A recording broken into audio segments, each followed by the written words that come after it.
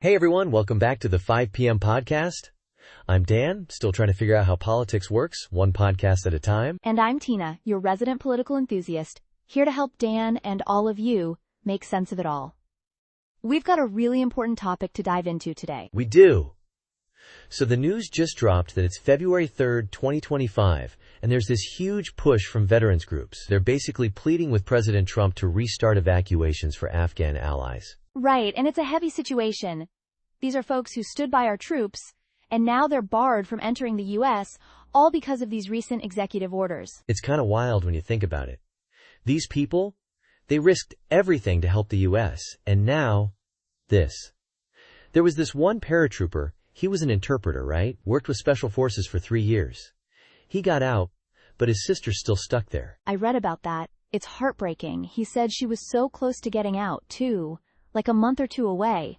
And now, because of this policy change, she's trapped. Yeah, he even said that serving was one of the best things in his life, but leaving people behind like this is just unfair. It gets you right in the feels, you know? It's a moral dilemma, isn't it? We're talking about people's lives here. And get this, it's not just a few people. We're looking at, minimum, 200 families of active duty service members. They're just in limbo. That's a lot of families. Okay, so here's where it gets even more complicated. There's this thing called the U.S. Refugee Admissions Program, right? Well, it's been suspended. Which is a major pathway for these allies to get to safety. I mean, can you imagine being that close to freedom, only to have the door slammed in your face? It's like, you're about to win the race, and then someone moves the finish line. And on top of that, there's another executive order that's basically stopped all this foreign aid. Right, and that directly impacts those seeking special immigrant visas, another way for them to get here legally. So now, even that's off the table. So not only are they stranded because of the refugee program halt, but now their backup plan is gone too. Man. It's like every exit is being blocked off. And these aren't just random people, Dan. These are interpreters, guides, people crucial to our military's operations. Yeah, they were essential. They helped navigate the local culture, the language, everything. And now they're at risk because they helped us. It just doesn't sit right with me. Me neither. And it's not just about them either. Think about the message this sends to other potential allies in the future. Why would anyone help us if they think we'll just abandon them? That's a really good point. It's like, it damages our credibility, you know? It makes you wonder how this will affect things down the line. And what about our troops? How are they supposed to feel, knowing their friends, their colleagues, are being left behind? I can't imagine. It's got to be a huge hit to morale. I mean, you're fighting for your country, but your family's safety's on the line. It's just a terrible situation. It's a tough spot, for sure.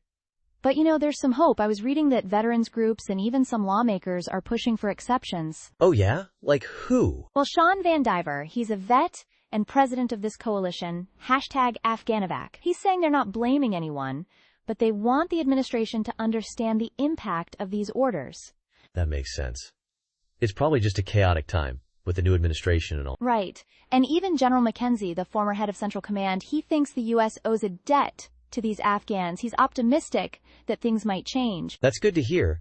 I mean, over 124,000 Afghans were airlifted out during the withdrawal, right? So there's precedent for helping them. Yeah, but now we're talking about 40,000 more impacted by this suspension. It's a big number, Dan. It is. And it's not just a number, it's 40,000 lives. I really hope they find a way to resume these evacuations. It's the right thing to do. I agree. It's about honoring our commitments. We'll have to see how this plays out, but it's something we should all be paying attention to. For sure. This is one of those stories that really hits home. It's about more than just policy. It's about people's lives and the values we stand for. Well said, Dan.